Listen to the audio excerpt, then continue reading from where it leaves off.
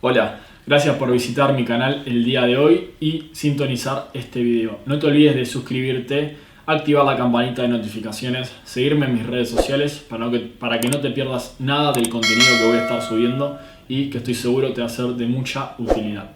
Ahora bien, vamos al tema de hoy. Quiero responder una pregunta que es un tanto polémica. ¿Existe en Argentina una puerta giratoria? Esto quiere decir, ¿es cierto que las personas que cometen delitos, los delincuentes, son liberados inmediatamente, lo que genera una sensación de obvia impunidad? ¿Es tan solo una sensación o realmente los delincuentes delinquen sin que reciban el castigo correspondiente? Bueno, en este video te quiero dar herramientas para que entiendas las cuestiones técnicas del proceso penal de forma tal de que vos mismo puedas responder esta pregunta, hablarla con amigos, familiares y mirar las noticias con ojo crítico. Vamos a ello. Lo primero que tenés que tener en cuenta es lo siguiente.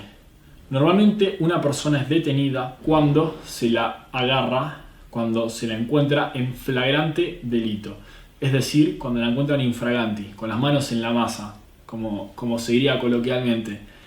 Normalmente ocurre en hechos violentos y en la vía pública, o en hechos no violentos, pero de fácil prueba, como por ejemplo el hurto de un celular. Digo violentos y no violentos porque esta es la distinción que hace el código entre el delito de robo y el delito de hurto. Sin embargo, estamos hablando de este tipo de hechos en los cuales la prueba es fácil porque en realidad el delito acaba de ocurrir y sobre todo la persona fue interceptada en el acto. Normalmente lo que ocurre en estos casos es que la persona es trasladada a la comisaría y la policía está obligada a poner inmediatamente en conocimiento al fiscal de turno de la detención de una persona. Caso contrario, esta detención se convertiría en una detención ilegal y la policía estaría cometiendo un delito. En caso de requerir una medida de coerción personal, es decir, en caso de que el fiscal quiera mantener la detención de esta persona, deberá solicitárselo al juez, quien dispondrá si hacer lugar o no a esta petición.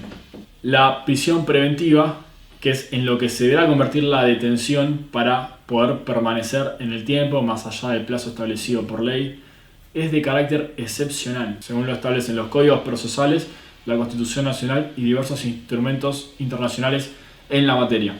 Esto quiere decir que la norma es la libertad durante el proceso y la excepción es la prisión preventiva. Ahora bien, esto es muy importante tenerlo en cuenta. Una persona que cometió un hecho que es liberada, es decir, respecto a la cual no se dispuso la prisión preventiva, no implica que ya esté totalmente desvinculada del proceso y que no vaya a ser castigada. Todo lo contrario, en muchos casos las personas llegan al juicio oral en libertad, en el juicio se los condena y en ese momento se ordena la detención para que cumplan pena privativa de la libertad.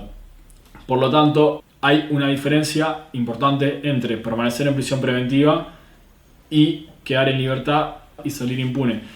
Una persona puede permanecer en libertad y luego ser condenada, y también ocurre lo inverso, aunque es menos frecuente, que una persona permanezca en prisión preventiva y luego sea liberada. También tenés que tener en cuenta lo siguiente. Una persona que pasa tiempo en prisión preventiva, cada día se computa doble, el famoso 2x1. Por lo tanto, puede llegar a ser contraproducente desde el punto de vista de garantizar un mayor tiempo en prisión, tener a una persona privada de la libertad mientras aún se está investigando, mientras aún se está sustanciando el proceso penal. Esto tiene que ser analizado cuidadosamente, porque a veces las defensas utilizan la prisión preventiva como una estrategia procesal. ¿A qué me refiero con esto? Si la defensa entiende que la persona va a ser condenada y que va a cumplir tiempo en prisión de forma inexorable, es decir, sí o sí, la defensa puede optar por, de alguna forma, favorecer la prisión preventiva del imputado, dado que cada día en prisión preventiva computa doble. Esto quiere decir que si la persona le hubiera tocado cumplir, por ejemplo, 6 años de efectivo cumplimiento y permaneció 2 años con prisión preventiva mientras se llevaba adelante la investigación, mientras se sustanciaba el proceso, a la hora de cumplir condena, estos 2 años cuentan como 4 y solamente le quedarán 2 años restantes, respecto de los cuales puede salir al 50% de la condena, la famosa libertad condicional, siempre y cuando se cumplan ciertos recaudos técnicos, buena conducta, un dictamen positivo del equipo criminológico de la prisión, etc. lo que se denomina libertad condicional, según los parámetros de la ley 24660. Ahora bien, prisión preventiva. La prisión preventiva es de carácter excepcional. Lo establecen los códigos procesales, lo establece la Constitución Nacional y lo establecen distintos instrumentos internacionales en la materia. Por lo tanto, solamente procederá la prisión preventiva cuando se verifiquen riesgos procesales concretos. Estamos hablando de riesgos procesales concretos.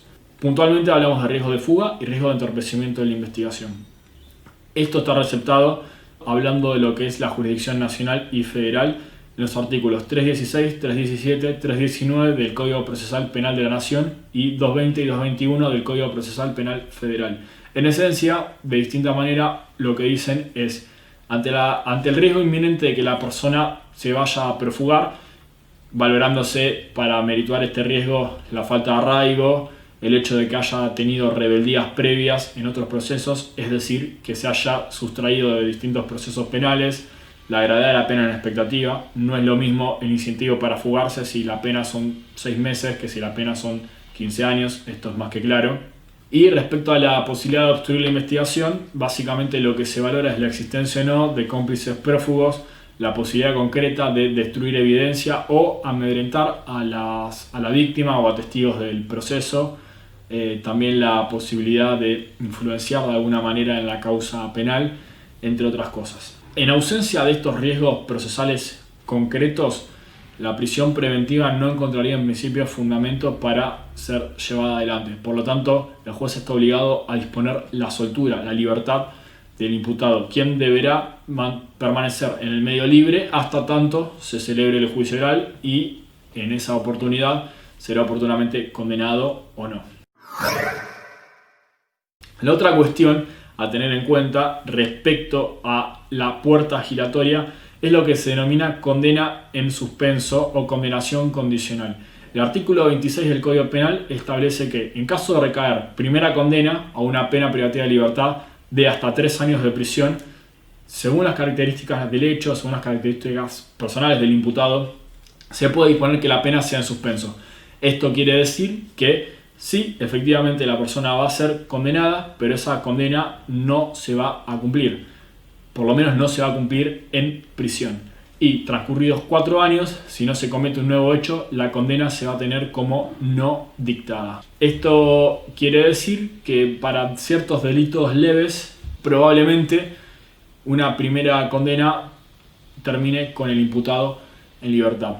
Y el ejemplo más común para este tipo de casos es el delito de hurto. Porque es un delito cuya pena es baja, es un delito que normalmente no habilita el dictado de prisión preventiva, es decir, en líneas generales la persona que comete este delito carece de los medios para fugarse, no hay una víctima a la que se pueda amedrentar, sobre todo porque fue desplegado con poca violencia, o en realidad la víctima existe, pero la prueba es tan obvia que en realidad no hay materia que pueda entorpecer, es decir, la persona que cometió un hurto ya está prácticamente probado, por lo tanto la defensa suele sostener que no hay posibilidad de que amedrente a la víctima, siendo que la prueba ya está volcada en el expediente. Y también es un delito que normalmente tiene reiteraciones criminales.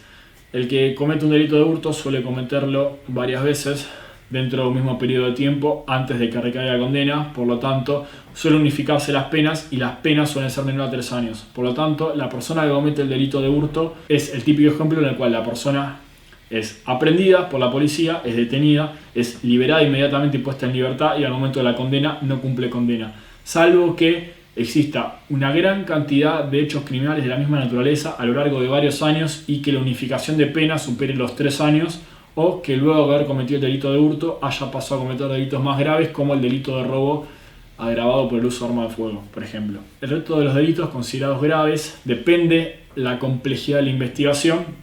Lo que ocurre normalmente es que la persona permanece en libertad hasta el momento del juicio. Y en el juicio puede que sea condenada y puede que en ese momento sea detenida.